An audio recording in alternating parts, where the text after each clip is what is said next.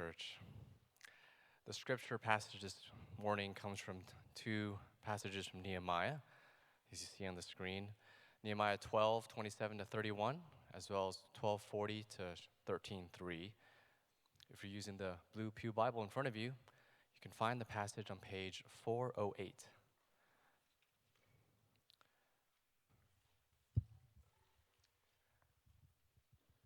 So in Nehemiah chapter 12, starting in verse 27. Now would you please stand in honor of this reading of God's holy and inerrant word.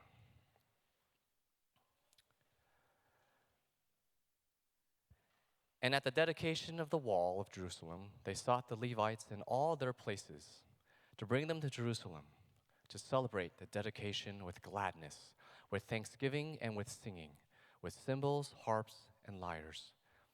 And the sons of the singers gathered together from the districts surrounding Jerusalem and from the villages of the Netophathites, also from Beth Gilgal and from the region of Geba and Asmaveth. For the singers had built for themselves villages around Jerusalem. And the priests and the Levites purified themselves, and they purified the people and the gates and the wall. Then I brought the leaders of Judah up onto the wall and appointed two great choirs that gave thanks. One went to the south on the wall to the dung gate. Skip now to verse 40. So both choirs of those who gave thanks stood in the house of God, and I and half of the officials with me. And the priests, Eliakim, Maaseiah, Minyamin, Micaiah, Elioenai, Zechariah, and Hananiah with trumpets. And Maaseiah, Shemaiah, Eleazar, Uzzi, Jehohanan, Malchijah, Elam, and Ezer. And the singers sang with Jezrahiah as their leader. And they offered great sacrifices that day and rejoiced.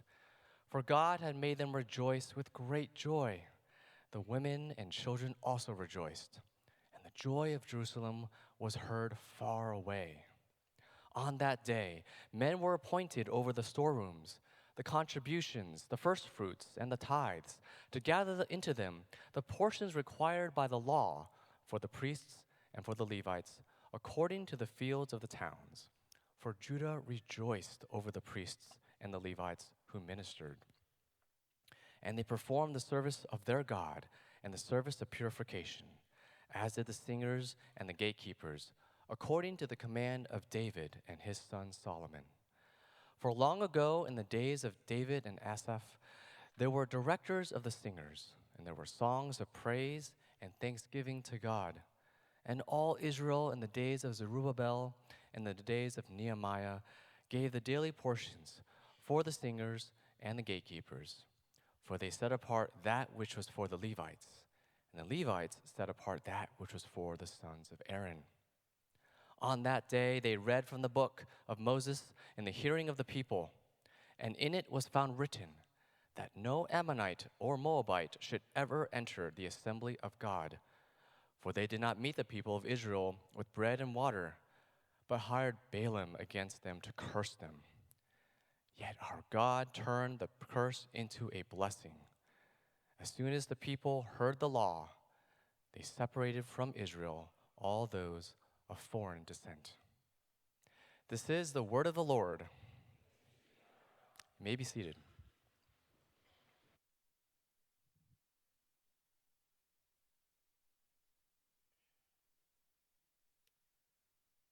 Well, first of all, I want to congratulate all the graduates. It's been a long journey, and there's much to be thankful for. You know, I just love celebrations, and I trust you love celebrations also. During this season, as graduation approaches, we celebrate. There are other reasons why we want to celebrate. We might have just gotten into the school of our choice, and we celebrate and we thank God. We might have gotten that dream job, and we celebrate. Or we might have gotten married, or We just gotten our first child. Or we might have just finished a major project at work that took a whole year. And we celebrate those things that we value that are important to us. And this morning, the Jewish people celebrated the completion of the rebuilding of the wall of Jerusalem. You know, we've been studying the book of Nehemiah. In the first half, Nehemiah 1 to 6, it focuses on rebuilding the wall. And miraculously, they were able to complete it in 52 days. And we see from Nehemiah 7 to 13, the second half, there's a little shift of focus. Now the focus on rebuilding the people. And during the last couple of chapters, we've seen how the people responded to the word of God by confessing their sin before the Lord and by making a covenant before God that they're going to keep his commandments. Today, we study the dedication of the wall. It was a great celebration of joy. You know, we need to learn to celebrate more frequently.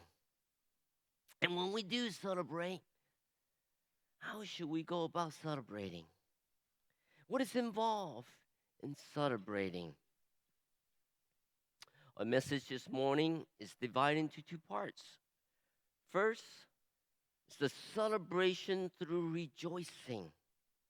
And secondly, celebrating through repenting. In our passage today, we see contrasting response from the people. As the wall of Jerusalem was completed, there was rejoicing from the people. And we see they celebrate, they worship God, they praise God for what he has done. However, there was a tone change as we enter into Nehemiah chapter 13. Upon Nehemiah's return to the people, he found that the people were not keeping to the oath that they made back in Nehemiah chapter 10. Well, let's look at that first section of celebrating through rejoicing. If you have your bulletins, you can find an outline of the sermon there, and you can follow along. See, there are three ways how we are to celebrate through rejoicing. You know, do it by praising God, by worshiping, and by being purified. And secondly, praising God by walking. And thirdly, praising God by giving. So I'd like to look at that first point. Praising God by worshiping and being purified. If you have your Bibles, please turn to Nehemiah chapter 12. We'll look at verse 27. Nehemiah chapter 12, verse 27. It says, "And at the dedication of the wall of Jerusalem, they sought the Levites in all their places and to bring them to Jerusalem to celebrate the dedication with gladness, with thanksgiving, and with singing, with cymbals, harps, and lyres." The Levites, as described here, they were religious leaders that assisted the priests. And they were scattered throughout the country so that they might be able to minister to the people. And here we see that they sought out all the Levites. And they brought them back to Jerusalem to have a unified celebration. Note how they went about worshiping and celebrating. First, with gladness, with joy. Secondly, with thanksgiving. Thirdly, with singing and with cymbal, harps, and lyres. Here with Nehemiah, first of all, explain the internal attitude in their rejoicing as they recognize who God is and what God has done for them. It was natural for them to want to praise God, for He is worthy of praise. Worship is nothing more than for us to express God's worth. We're saying, God, you're worthy of our praise. Their hearts were filled with joy and with thanksgiving. And out of an overflowing joy within their hearts, that they sang with cymbal, harps, and lyres. We celebrate what we value. What do we value? Are we celebrating it? The Israelites value God. They recognize His worth. They acknowledge that they could not have completed the construction of the walls of Jerusalem within 52 days. That is a miracle. They could not have done it by themselves. They want to give glory and honor to God. How often do we give honor and glory to God and to celebrate God, to recognize His presence? How often do we worship the Lord? You see, we are not restricted to worshiping God at church. We actually can worship God anywhere. In the car, we can praise God for protecting us from getting into a near crash. In the restaurant, we can thank God for bumping into an old friend.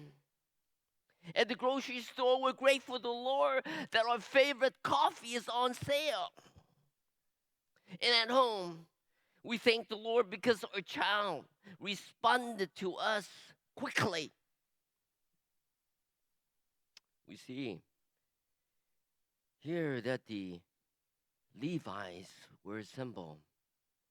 And they celebrated with gladness, with thanksgiving, and with singing. And this reminds me of an incident that happened last fall when one of the church members invited me to the World Series last year. Oh, that was a treat. You know, went over to Minute Maid Park. You could just sense there was a buzz in the air. People were talking and they were excited. They were bragging about the heroes. You know, Altuve, Alvarez. Oh, they acknowledged their value. And they wore their jersey, number 27. That's Altuve's jersey. Uh, I, I got one of those myself. It was one of my heroes. They just couldn't stop bragging about the heroes. And whenever the Astros did something good, the fans would get up and cheer. I remember when there was a home run that was hit, boy, Eric, the whole stadium went berserkio. They were screaming, they were standing, they were waving their hands and so forth. They were celebrating with great joy. The question is, do we celebrate God similarly? Or cheering, praising our hero? We see at the Minute Maid Park that people were, to a certain degree, worshiping Altuve and Alvarez. They value who they are and what they have accomplished. They're worthy to be bragged for. and cheer for. Do we brag about God? Do we cheer and sing with great joy and thanksgiving at the top of our lungs because we value God?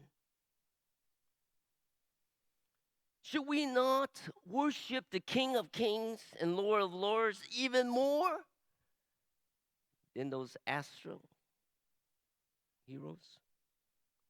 Or money God has done more for us by saving us than anybody else. May we celebrate by giving God the worth that He deserves, by praising Him, not only with our mouth. You know, when you're in the stadium, boy, you don't just sit there and say, "Hooray!" You get up and you wave and you jump up and down because you're excited about who you are praising.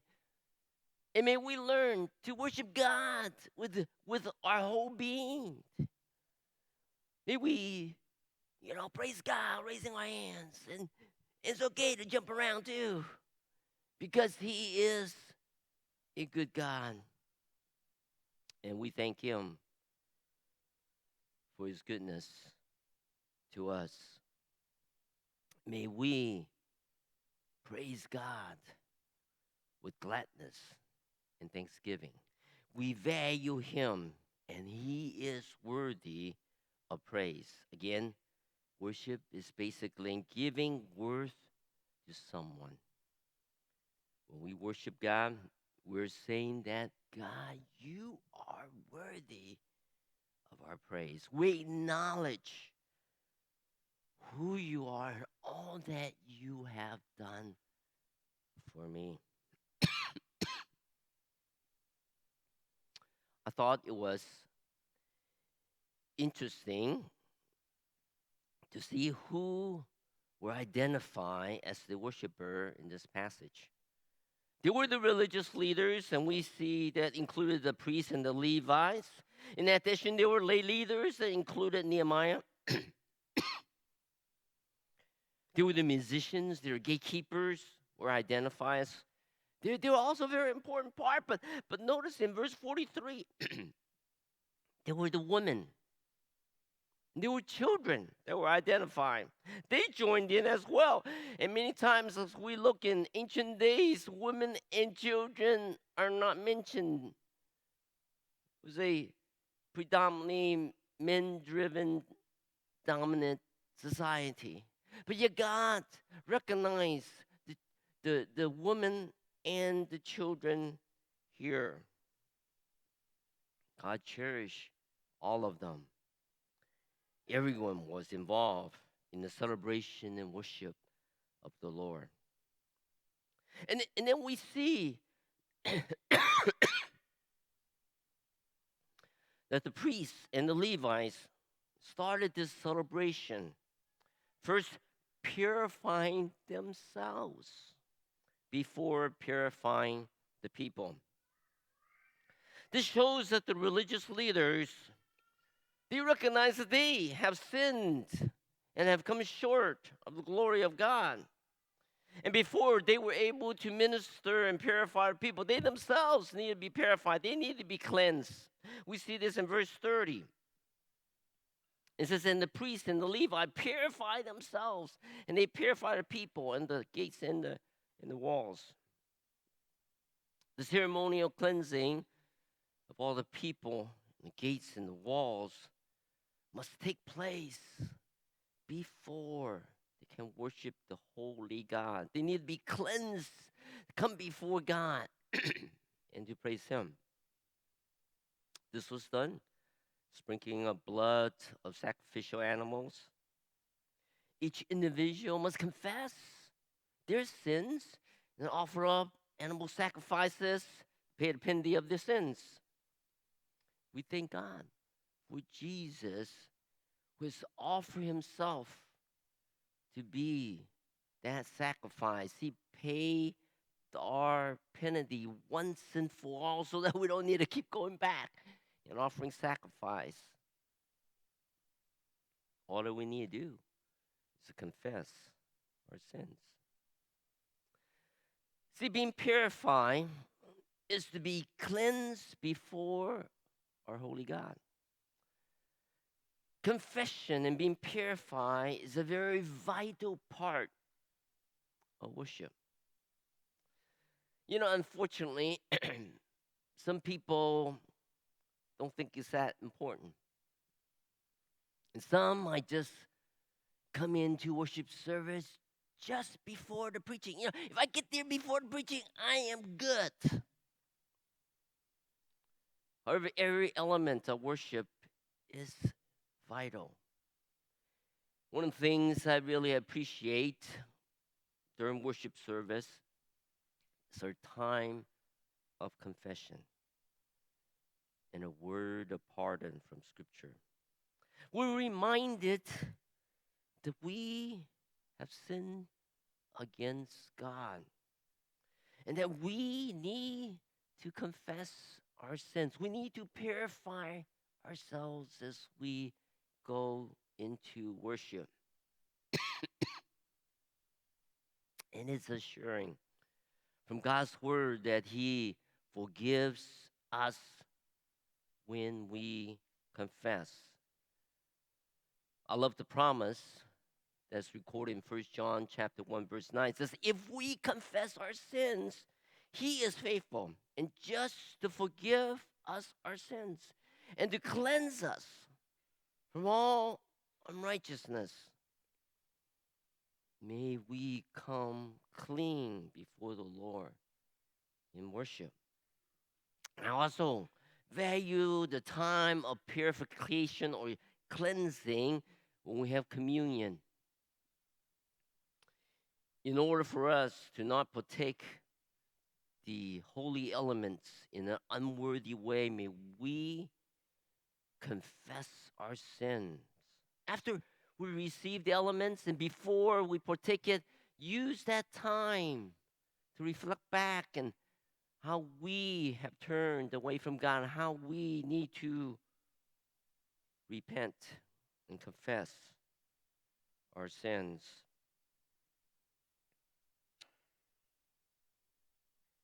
When we realize that we have come short of God, that we are sinful, then we value God that much more and what He has done on the cross on our behalf. When we recognize our problem, we appreciate much more the solution that God has made for us, where Christ paid the penalty of sin by dying on the cross on our behalf. And as we place our trust in Him, we are forgiven.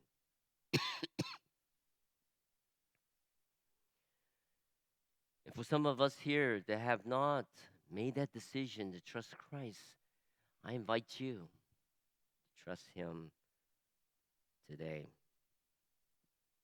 We have looked at the first way, how we celebrate through rejoicing. That's by praising God, by worshiping, and by being purified.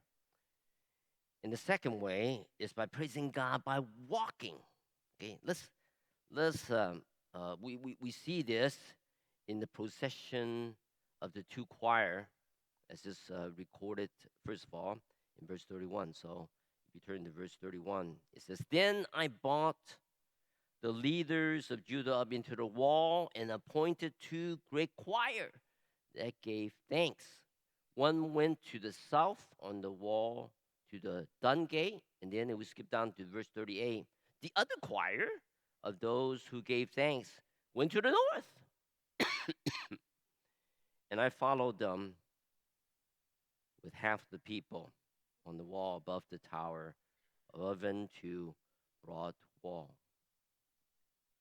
So Nehemiah divided the musicians and all the other leaders into two choirs. They were to march on the wall, on top of the wall there, in opposite direction, praising God as they walked. It is quite a unique dedication of the wall of Jerusalem. We see the leaders and the singers were divided up into two groups.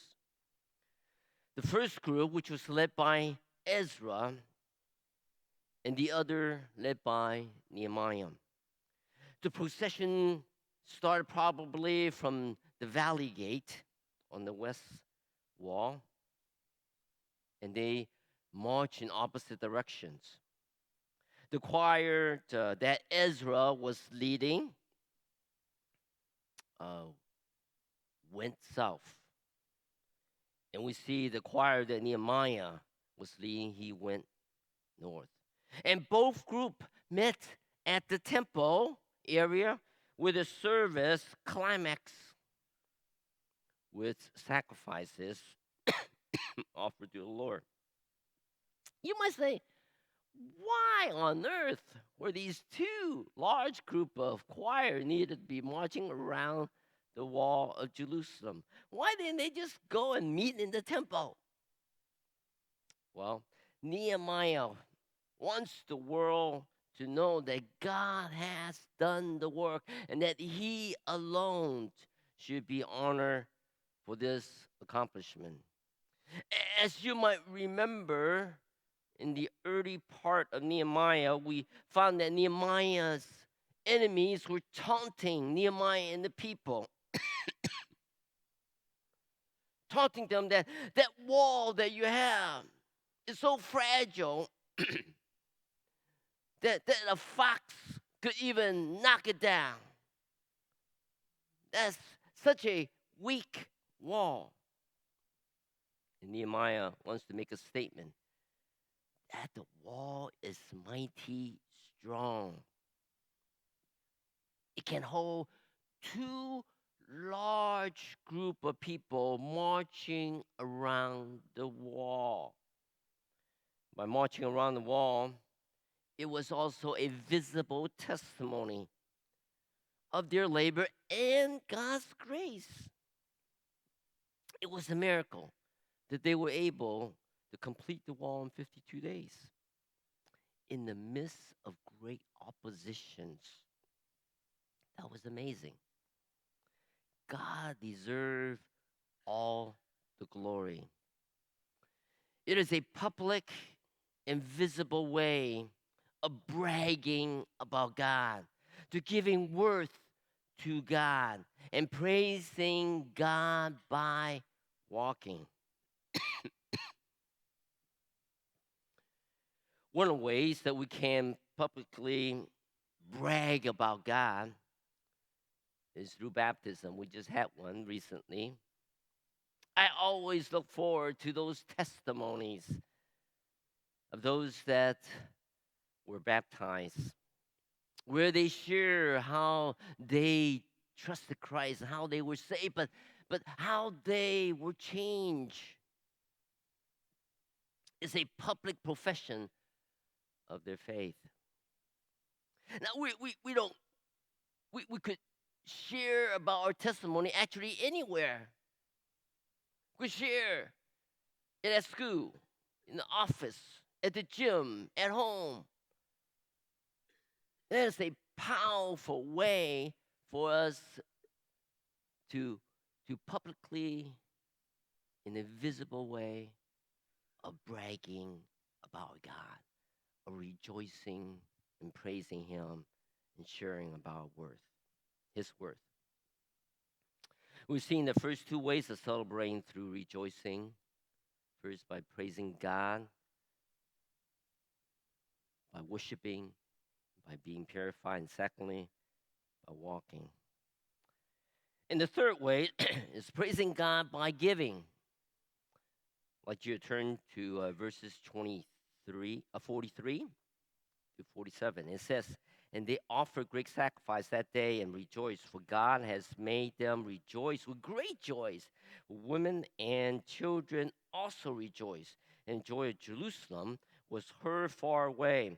On that day, men were appointed over the storerooms, the the contributions, the first fruit, and the tithe to gather into them the portion required by the law for the priests and for the Levites according to the feuds of the towns.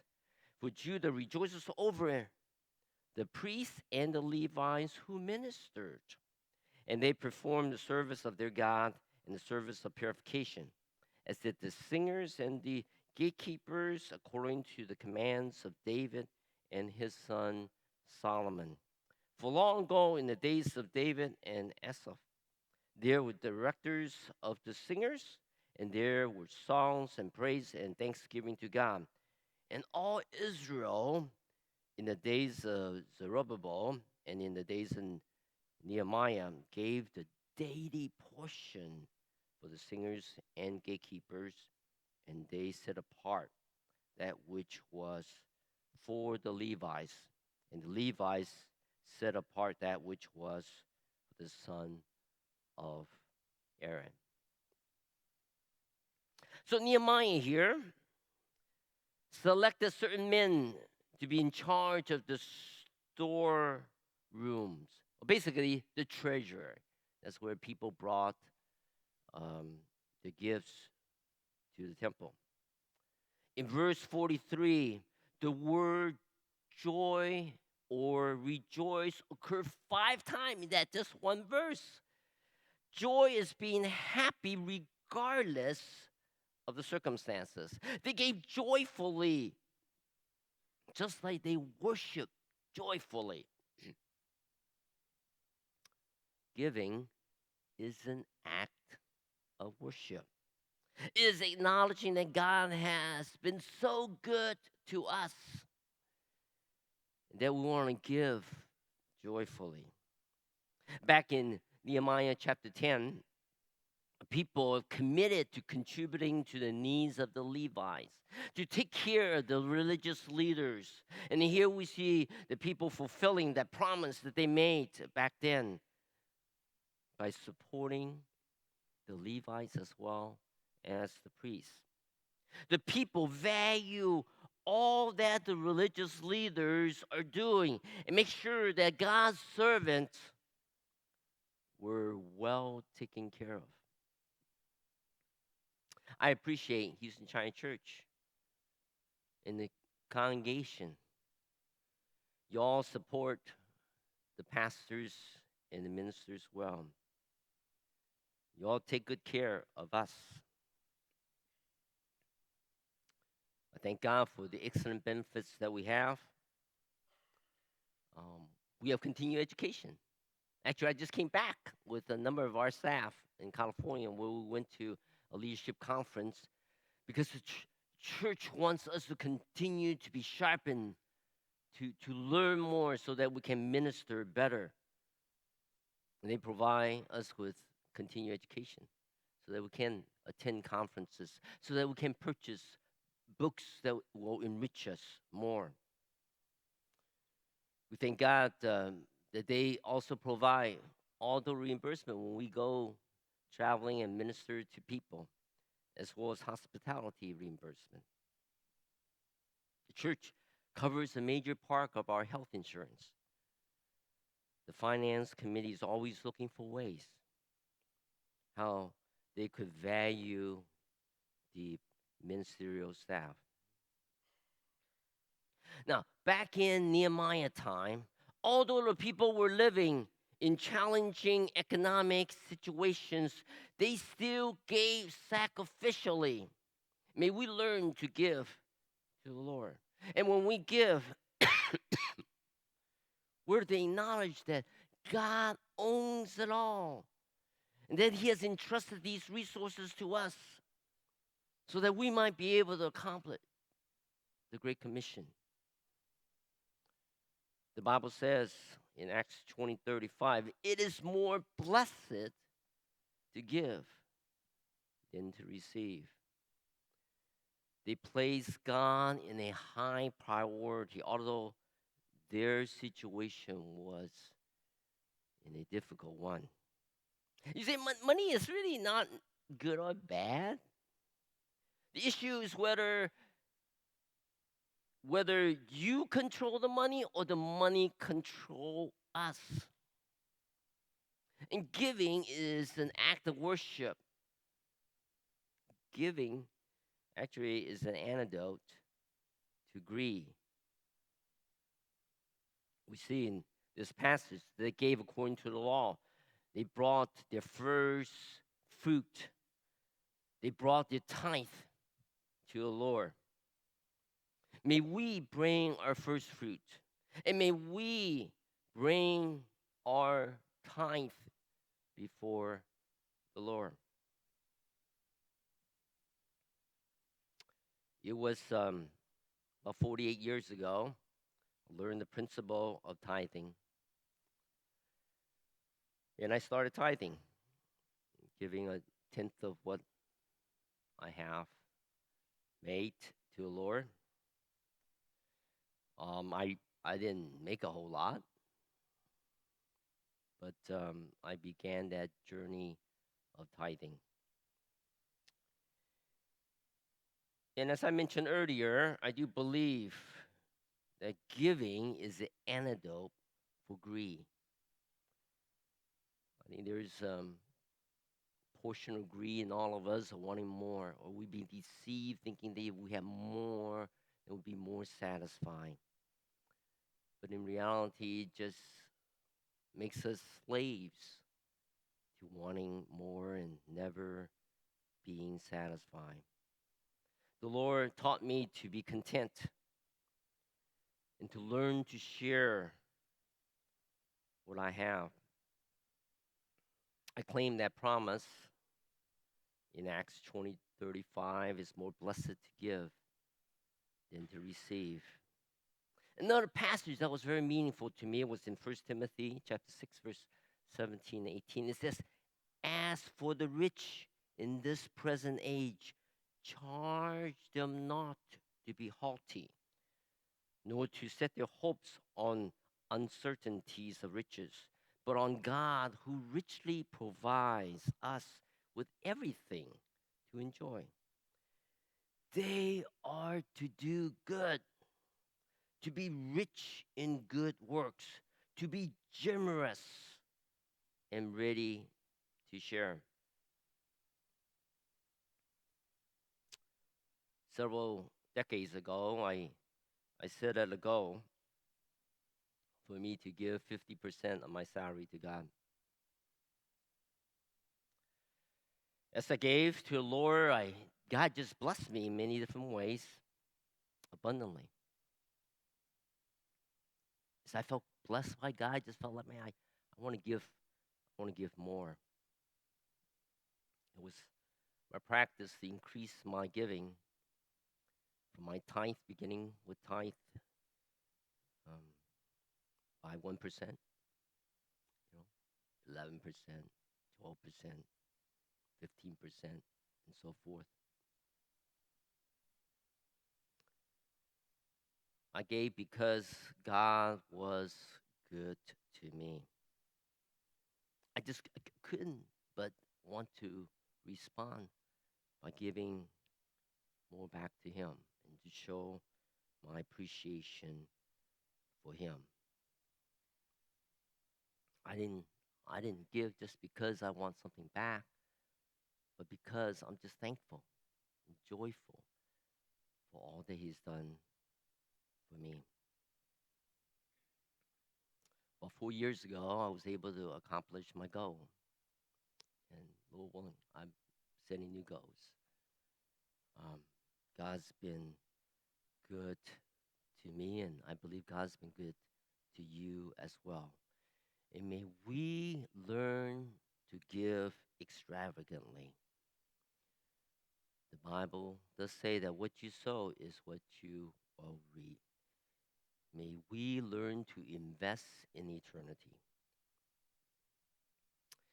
And as we finish Nehemiah chapter 12, we turn into chapter 13. Nehemiah returns to Jerusalem after going back to Persia to serve the king. There was a major change during his absence. When there was a lack of leadership, the children tend to forget who they are. See, they were to be a set apart people to represent God, to honor God, to brag about God, to worship God. But we see that there is a great contrast from Nehemiah 12 to Nehemiah chapter 13. We are moved from celebrating through rejoicing to celebrating through repentance. After Nehemiah served as the governor in Judah for 12 years, he returned back to Persia to serve King Artaxerxes. While he was gone, there were some surprise changes that took place in Judah. As you recall, a couple weeks ago, Minister Henry preached how the people made a covenant with the Lord that they were to keep all of the commandments, particularly about not intermarrying with foreigners because that they will lead them away from God to worship idols. Nehemiah found them doing exactly what they promised not to do. Let's take a look in Nehemiah chapter 13, begin verse 1. On that day, they read from the book of Moses in the hearing of the people, and in it was found written that no Amorites or Moabites should ever enter the assembly of God. For they did not meet the people of Israel with bread and water, but hired Balaam against them to curse them. Yet our God turned the curse into a blessing. Now, that first phrase, on that day, what time is that? And as you're looking at the context, it's not referring back to Nehemiah chapter 12, but it's a time after Nehemiah returned to Jerusalem to be governor again.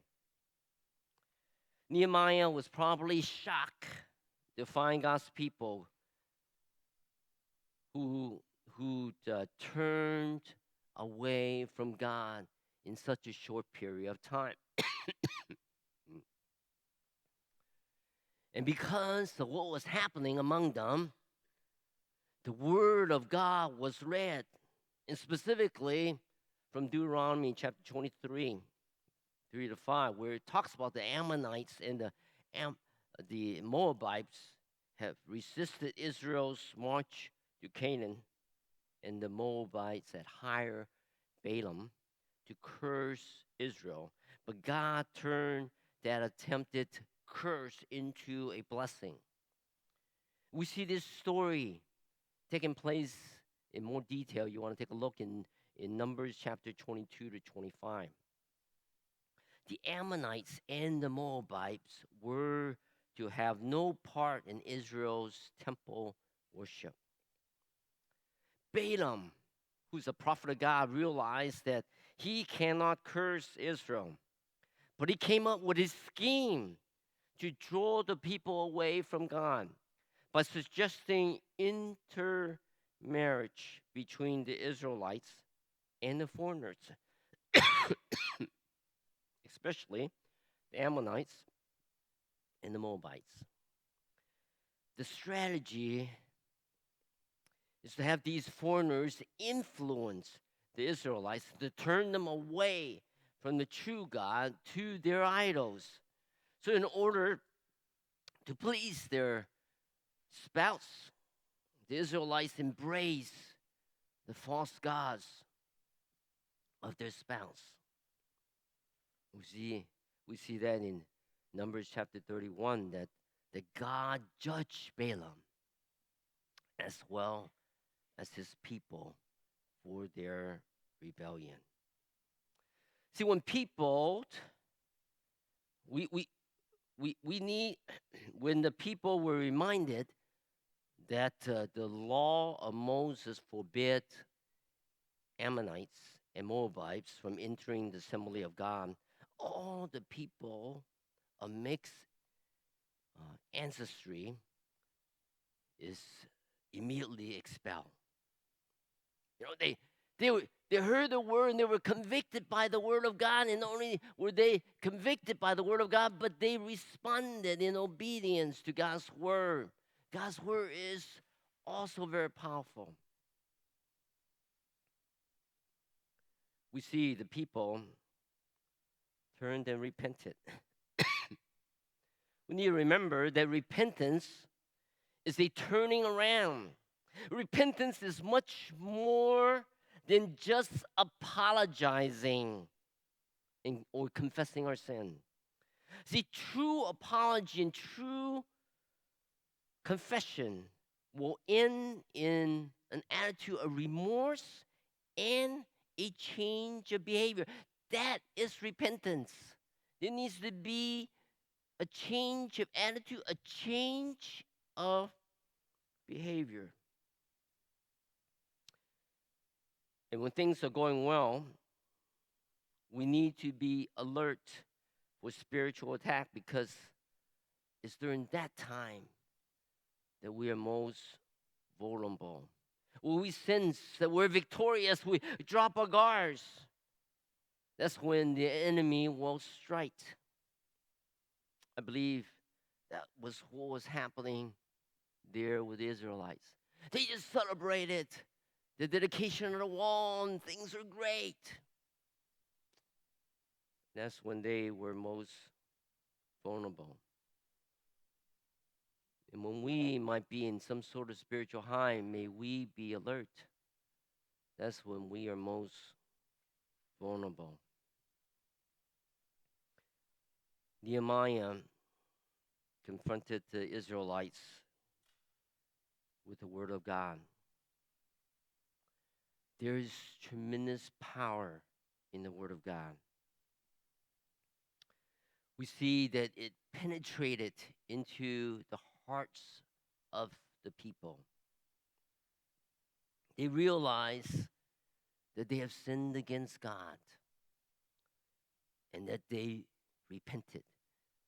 They not only confessed their sins, but they had a changing of direction in their behavior. We see this in verse 3. It says, as soon as the people heard the law, they separated from Israel all those of foreign descent. Are there anything that is robbing God of his glory?